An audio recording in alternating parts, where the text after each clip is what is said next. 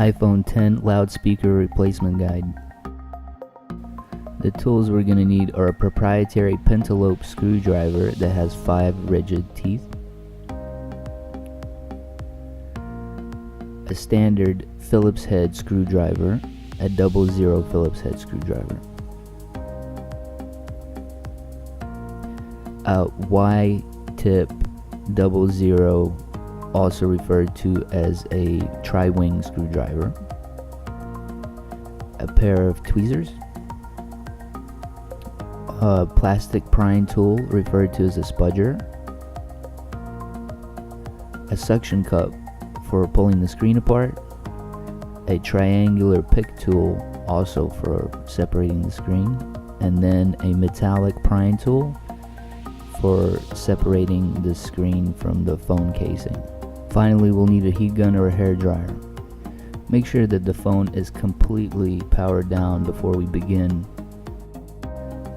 Go ahead and flip the phone over, and near the charging port, locate the 2 pentalobe screws.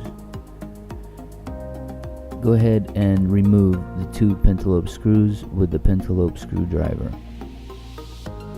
With the pentalobe screws removed, go ahead and start using the hair dryer or heat gun to go around the contour of the iPhone and warm up the waterproof adhesive. Do this for about 2 to 3 minutes at a distance.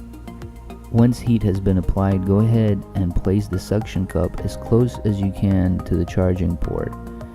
Tug on it with your middle finger while pinching the sides of the phone with your index and your thumb, and insert the metallic prying tool right underneath where the home button location is. Then go ahead and insert a plastic pick into the seam and start sliding it down to create a seam separation. Start sliding it down to the right side, going around the contour of the phone. You want to use the plastic tool for this, not to scratch up the phone screen. Go along the right side as far down as you can. Then come back and go along the left side. You want to take your time and make this separation carefully. You don't want to scratch or break anything. You should go about the same speed as you see here on video or slower.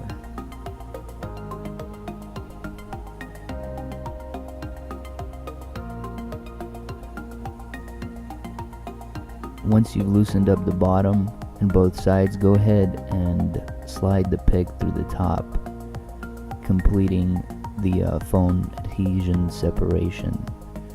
Now you can go ahead and fold the phone out like a book. There are 2 cable attachments, one in the top and one in the middle, so be careful not to tear those.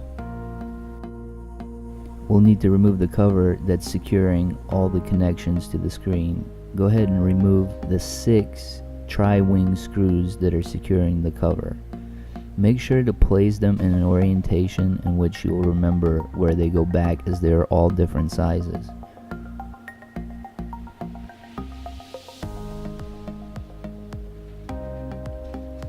Go ahead and lift the cover and put it over to the side.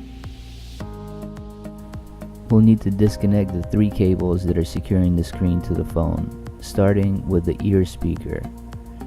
With a plastic prying tool, go ahead and pry underneath the corner of the speaker and just gently push it up, and it should come right out. Now for the screen and the digitizer, as you see here. Once separated, you might have to clean up some of the waterproof adhesive around the contour of the edge of the phone. Just peel the adhesive away that has come apart.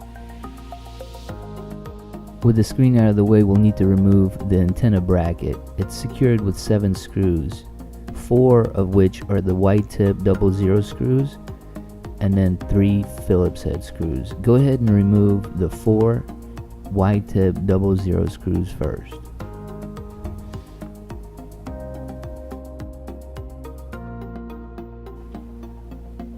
With the 4 Y-tip screws removed, go ahead and remove the Phillips head screw on the left side of the Taptic engine, and then the 2 Phillips head screws on each bottom corner of the antenna. There's one in the bottom right, and then one more on the bottom left side. With these 7 screws removed, you can go ahead and start peeling the antenna back. It's still attached to the phone, so just tilt it back and then use a plastic prying tool to pop it out of its socket. Here's what it looks like up close. Let's detach the speaker. Go ahead and remove the Y00 screw that's securing the bracket and the Taptic engine and the speaker. Go ahead and remove that bracket. Now, with a plastic prying tool, go ahead and disconnect the speaker connection from the speaker. And now you can just pry the speaker gently up and out of its socket. It's still attached with a little bit of foam on the bottom. You will have to tear that foam to remove the speaker out completely. If you go slow and gentle, you shouldn't be able to damage anything in the process. Here's what the speaker looks like up close.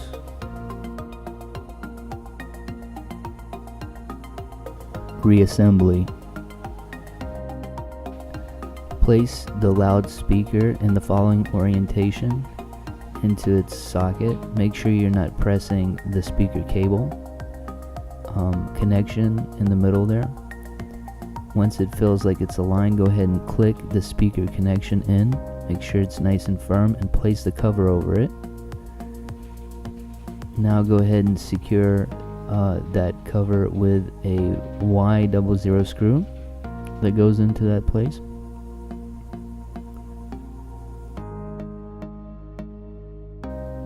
Place the antenna cover and align its connector with the phone with a plastic prying tool. Go ahead and make sure you click it in and it's a nice and solid connection. This antenna must be reconnected for it to work properly. Go ahead and make sure that that's in. Now tip it right over and push it into its spot. Align all the holes properly. And go ahead and secure the Phillips head screw on the bottom right. And then the Phillips head screw on the bottom left.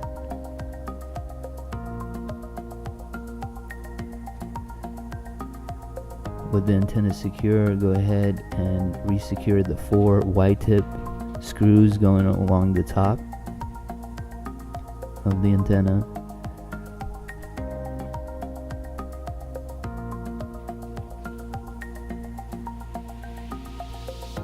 Now lastly, secure the Phillips head screw on the left side of the Taptic engine.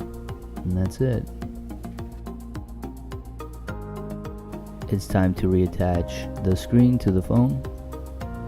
Go ahead and align it in the following orientation.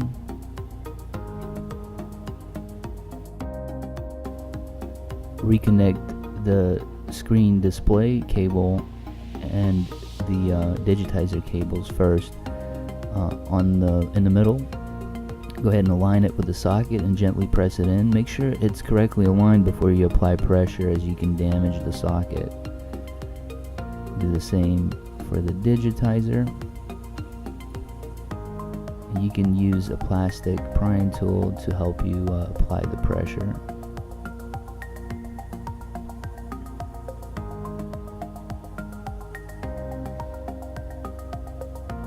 Once you feel like you have a nice and solid connection, go ahead and reconnect the earpiece speaker up on the top portion of the connection bridge.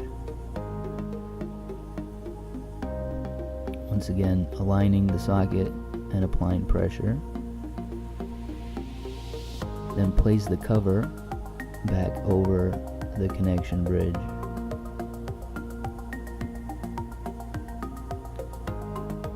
Align it in the following orientation.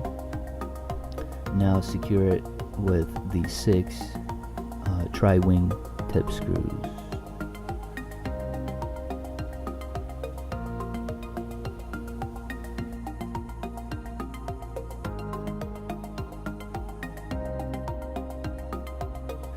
Once all the connections are secured by the cover, we want to power on and test the phone before we close it up. So go ahead and power it on. Once everything is tested and it works, power it back off, and then we're going to clamp it up.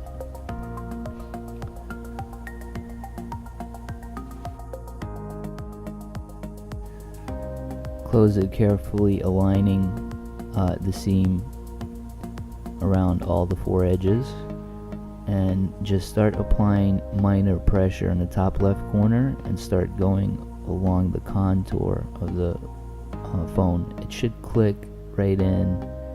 You shouldn't feel any real resistance. It should just close and clamp up just like you see here. Now make sure to keep going around the outer edges. Make sure that everything is tight. There shouldn't be any gaps or space in between. Now go ahead and place the 2 pentalobe screws back into the pentalobe screw holes near the charging port and secure them with the pentalobe screwdriver.